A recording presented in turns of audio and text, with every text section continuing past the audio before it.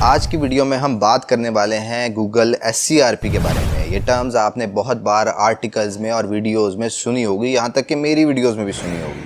तो फिर आज मैं आपको बताने वाला हूँ इसका मतलब क्या होता है और आगे ये SCRP कितनी टाइप्स में डिवाइड होती है। तो इसलिए आपने इस वीडियो को एंड तक देखना है।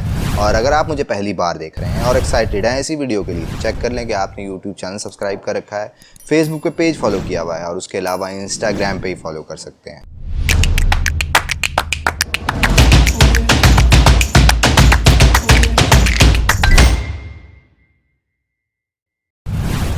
जी हाँ, मैं हूं Asbar, digital marketer, project consultant and commercial blogger. आज की वीडियो को स्टार्ट करने से पहले मैं आपको बता दूं कि मैं अपनी वीडियोस बना रहा हूं इस टॉपिक पे जिसमें आपको मैं SEO की बेसिक नॉलेज दे रहा हूं, कुछ स्पेसिफिक टर्म्स की नॉलेज दे रहा हूं जो कि आपका क्लाइंट्स या तो क्वेश्चन करेगा या फिर आपको जब भी कोई प्रोजेक्ट विन करना होगा, कुछ जस्टिफिकेशन रिक्वायर्ड होगी या किसी क्लाइंट को समझाना होगा, तब आपको इन टर्म्स का पता होना ज़रूरी है। ये टेक्निकल टर्म्स हैं, या तो आपको किसी ब्लॉग में देखने को मिलेंगी या फिर किसी वीडियोस में आपको सुनने को मिल सकती है, जिस तरह मैं अपनी वीडियोस में यूज़ करता रहता हूँ। तो इसलिए है तो थ्योरेटिकल वीडियो, पर आपको इन तमाम टर्म्स का पता होना ज़रूरी है क्योंकि फ्यूचर में आपको कभी ना कभी इस चीज़ की ज़रूरत पड़ेगी। तो आज की वीडियो में हम बात करने वाले हैं आपके उसी कॉमेंट और इनबॉक्स की जो कि आप मुझसे सवाल करते थे जब मैं अपनी वीडियोज़ में बोलता था गूगल SCRP। तो आपको नहीं पता होता था कि इस टर्म का बेसिकली मतलब क्या है और मैं ये टर्म क्यों यूज़ कर रहा हूँ। तो आज मैं आपकी इसी कन्फ्यूज़न को क्लियर करने वाला हूँ। बेसिकली गूगल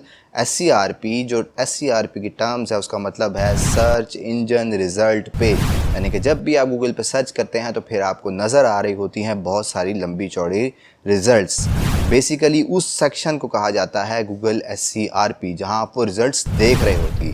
तो SCRP की इंपॉर्टेंस सबसे ज़्यादा है क्योंकि SCRP ही मेन गोल होता है किसी भी ऑर्गेनाइजेशन के लिए, किसी भी कंपनी के लिए। तो उनको अपने रिजल्ट्स वहां तक लेकर आने होते हैं। जब आप वहां तक अपने रिजल्ट्स ले आते हैं तभी वो प्रोसेस स्टार्ट होता है जिससे आपने इनकम करनी है। यहाँ तक कि अगर आपने कोई चीज़ बेच रहे हैं, उसको सेल होने के बाद जो आपको प्रॉफिट अर्न होना होता है वो तभी पॉसिबल होता है जब आप गूगल की टॉप रिजल्ट्स पे आपका बिजनेस और आपकी वेबसाइट पहुंचती है, चाहे वो पेड मेथड से हो, चाहे वो ऑर्गेनिक मेथड SEO करके वहां तक पहुंचना हो। और उसके बाद जब वहां वेबसाइट रिजल्ट तक पहुंचती हैं तो फिर ही आपको, चाहे आप गूगल एडसेंस यूज़ कर रहे हो या अमेजॉन एफिलिएट का नेटवर्क यूज़ कर रहे हो जिससे आपने मनी मेकिंग करनी है, क्योंकि आपके पास प्रोडक्ट्स और सर्विसेज नहीं है, तो फिर ही मनी मेकिंग का प्रोसेस स्टार्ट होता है। तो फाइनल गोल आपके लिए यही होता है कि आपने गूगल SCRP में टॉप रिजल्ट्स में अपनी वेबसाइट्स को लेकर आना होता है। अब इसके बाद SCRP जब आपको समझ में आ गया तो SCRP डिवाइड होती है फर्दर 2 टाइप्स में, जो कि नंबर 1 सेक्शन आता है पेड रिजल्ट्स और नंबर 2 सेक्शन आता है ऑर्गेनिक रिजल्ट्स। अब जो पेड रिजल्ट होता है उसका मतलब ये होता है कि आप गूगल को पे करके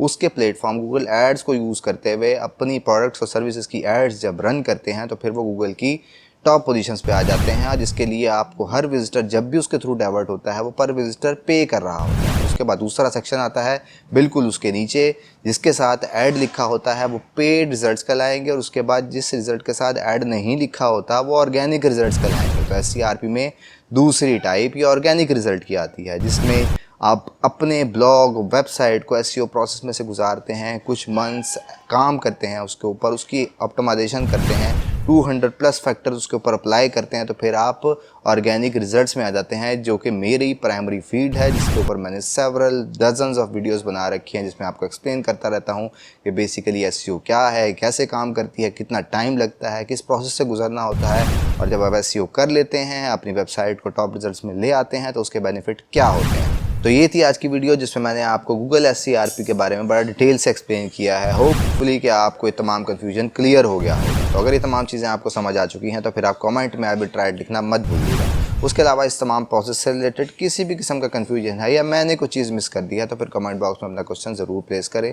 मैं डिटेल रिप्लाई देने की कोशिश करूँगा। उसके अलावा अपने दोस्तों को टैग ज़रूर करें जो कि बिगिनर हैं और इन टर्म्स के बारे में जानना चाहते हैं।